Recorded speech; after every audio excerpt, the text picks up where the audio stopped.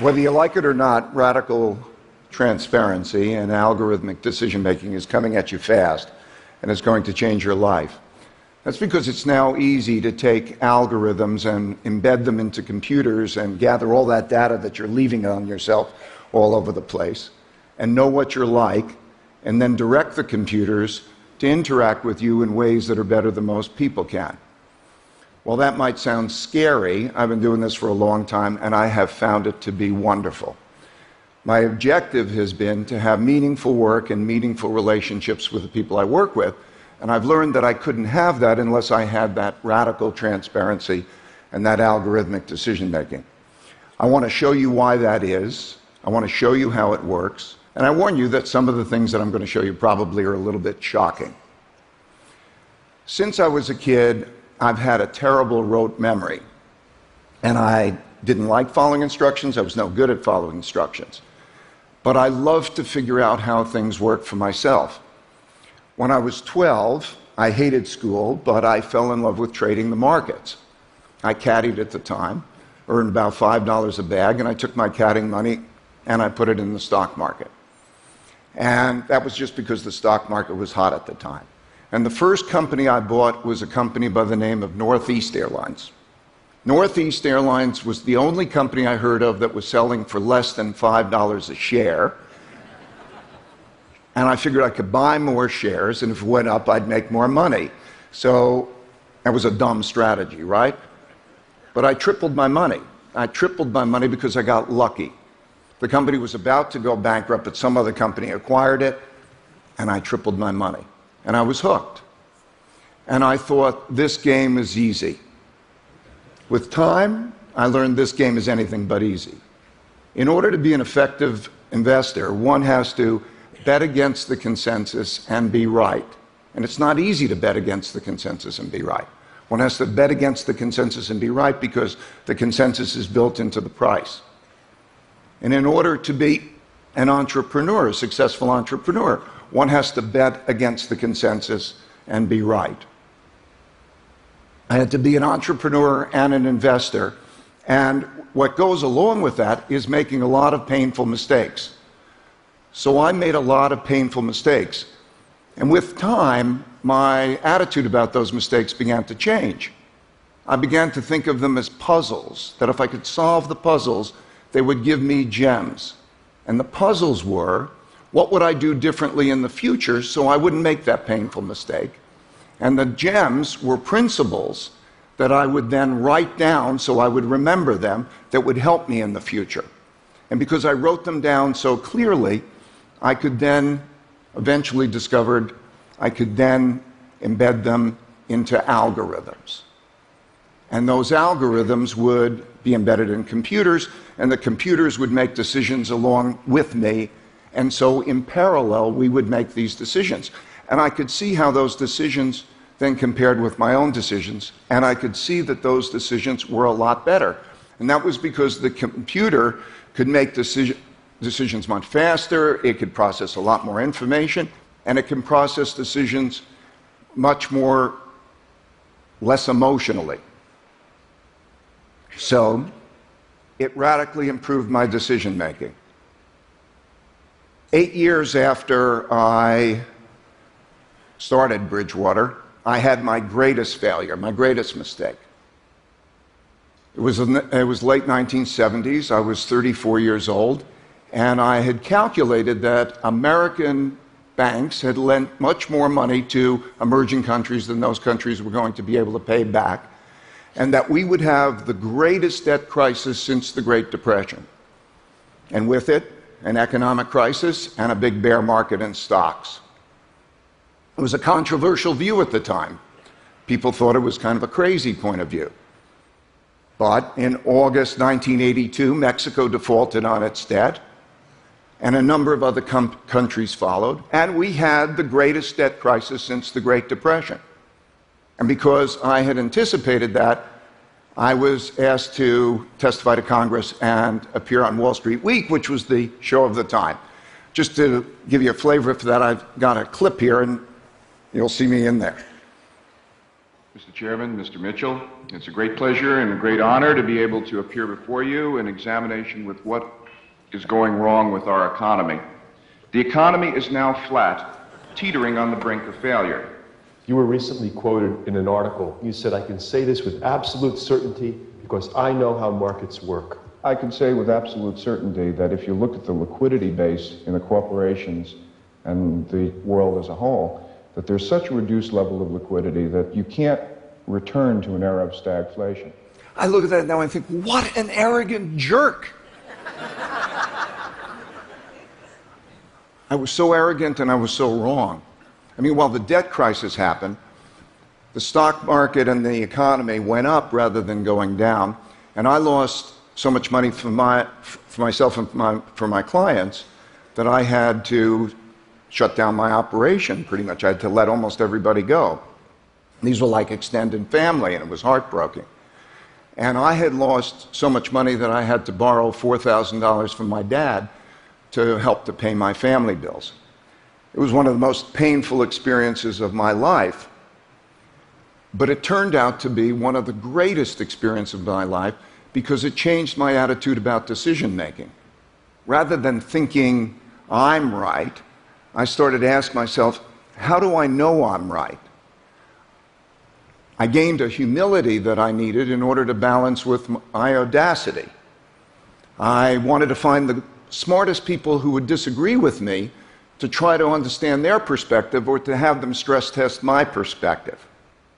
I wanted to make an idea meritocracy. In other words, not an autocracy in which I would lead and others would follow, and not a democracy in which everybody's points of view were equally valued, but I wanted to have an idea meritocracy in which the best ideas would win out.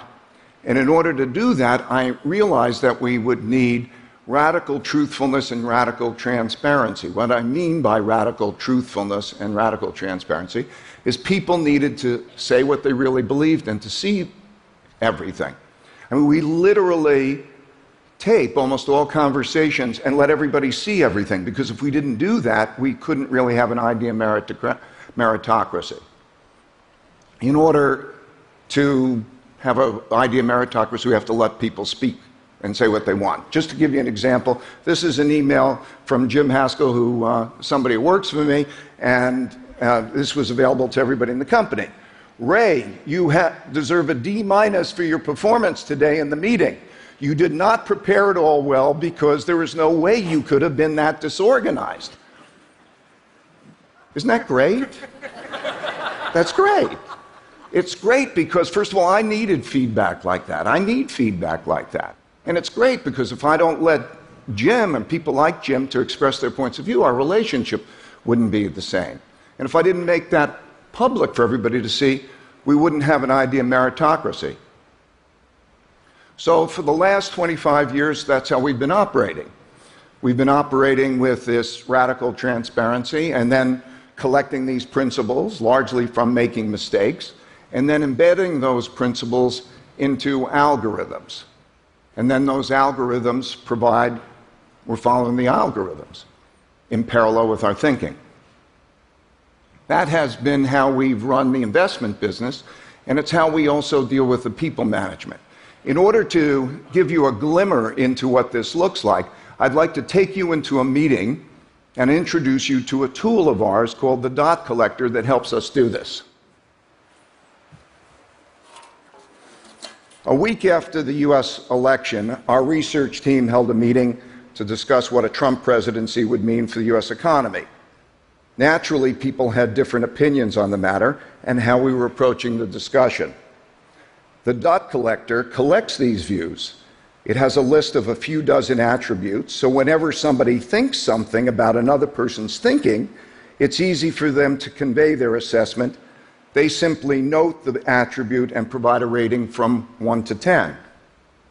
For example, as the meeting began, a researcher named Jen rated me a 3, in other words, badly, for not showing a good balance of open-mindedness and assertiveness.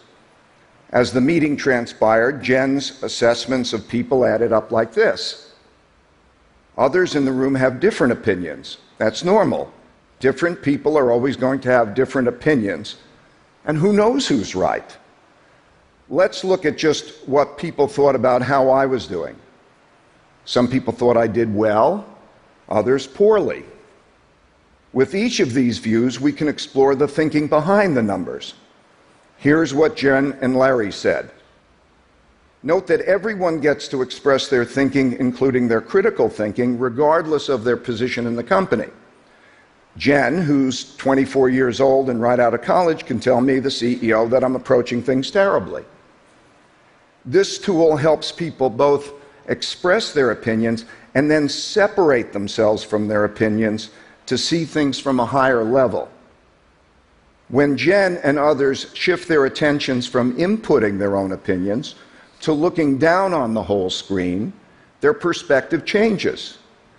They see their own opinions as just one of many and naturally start asking themselves, how do I know my opinion is right?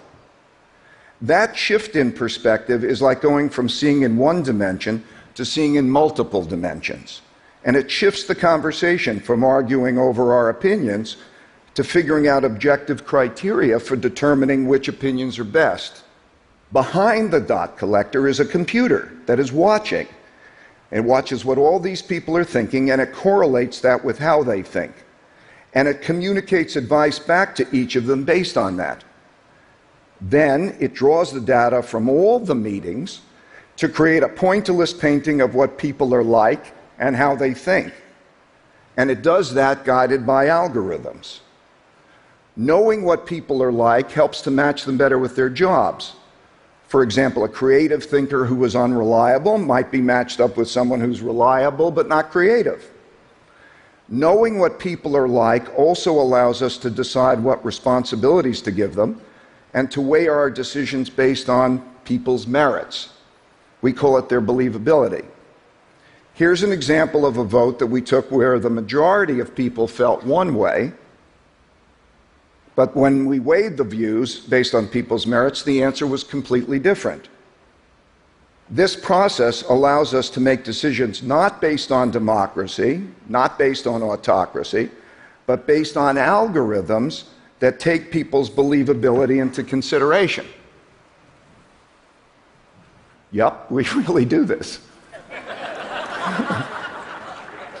We do it because it eliminates what I believe to be one of the greatest tragedies of mankind, and that is people arrogantly, naively holding opinions in their minds that are wrong and acting on them and not putting them out there to stress test them.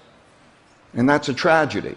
And we do it because it elevates ourselves above our own opinions so that we start to see things through everybody's eyes and we see things collectively.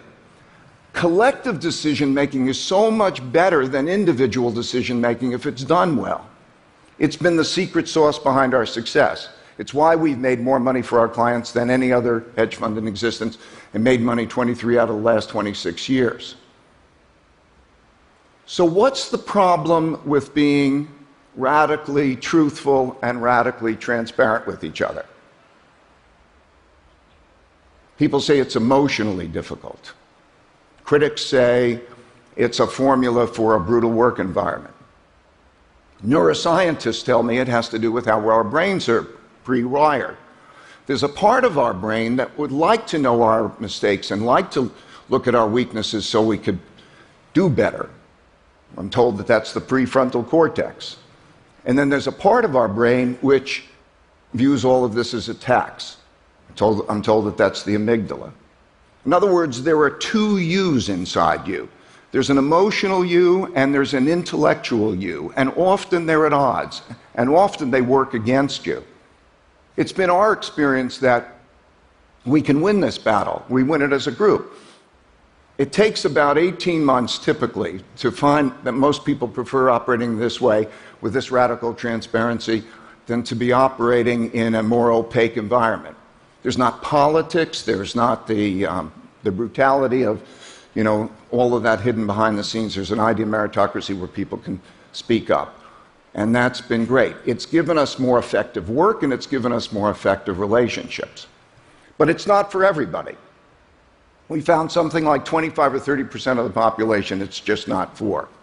And by the way, when I say radical transparency, I'm not saying transparency about everything. I mean, you don't have to tell somebody that their bald spot is growing or their baby's ugly.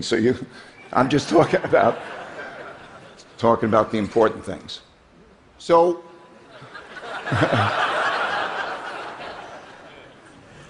so when you leave this room, I'd like you to observe yourself in conversations with others. Imagine if you knew what they were really thinking. And imagine if you knew what they were really like. And imagine if they knew what you were really thinking and what you were really like. It would certainly clear things up a lot and make your operations together more effective. I think it'll improve your relationships. Now imagine that you can have algorithms that will help you gather all that information and even help you make decisions in an idea meritocratic way. This sort of radical transparency is coming at you, and it is going to affect your life. And in my opinion, it's going to be wonderful. So I hope it is as wonderful for you as it is for me. Thank you very much.